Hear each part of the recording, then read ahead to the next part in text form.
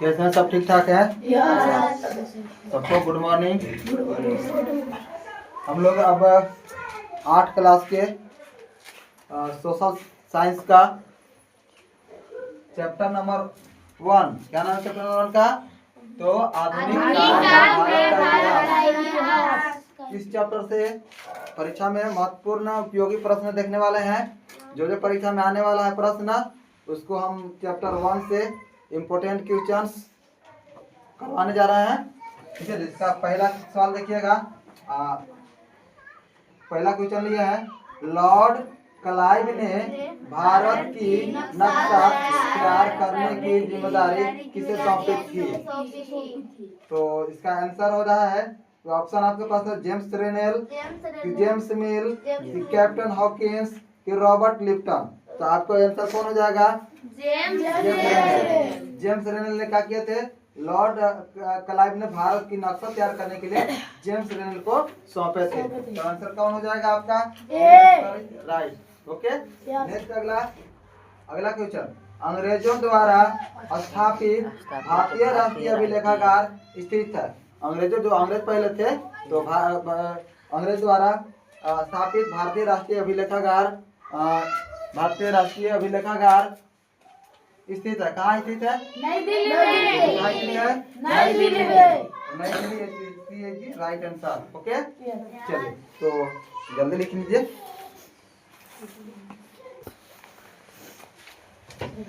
तीसरा क्वेश्चन लेते हैं, कश्मीर से कन्याकुमारी तक भारत का विस्तार कितना है? कश्मीर से मतलब उत्तर से, है ना? भारत का उत्तर से लेकर दक्षिण तक का विस्तार कितना है?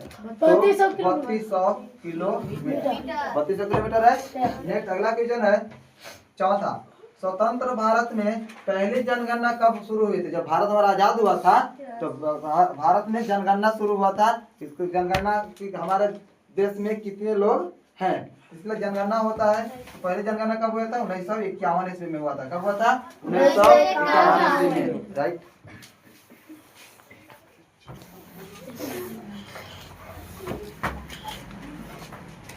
तो अब पांचवा क्वेश्चन देखते हैं, भारत के अंतिम वायसराय कौन थे? भारत के अंतिम वायसराय कौन थे? वायसराय जो अंग्रेज आजाद करके गए थे ना, भारत छोड़ के गए थे, तो उसमें सबसे लास्ट में कौन बचे थे उसके? ठीक है, वायसराय। तो कौन थे बताइए? भारत के अंतिम वायसराय कौन थे बताइए?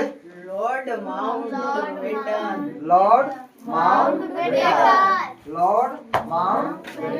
तो बी राइट आंसर। ये सही आपका, लॉर्ड माउंटबेटन। नेक्स्ट अगला है, भारत के पहले गवर्नर जनरल कौन थे? भारत के पहले गवर्नर जनरल कौन थे? भारत के पहले गवर्नर जनरल कौन थे? Warren Hastings. नेक्स्ट 7वां नंबर क्वेश्चन चलते हैं, भारतीय राष्ट्रीय संग्रहालय कहाँ बनाया गया? नई दिल्ली में बनाया गया। कहाँ बनाया गया? नई दिल्ली में।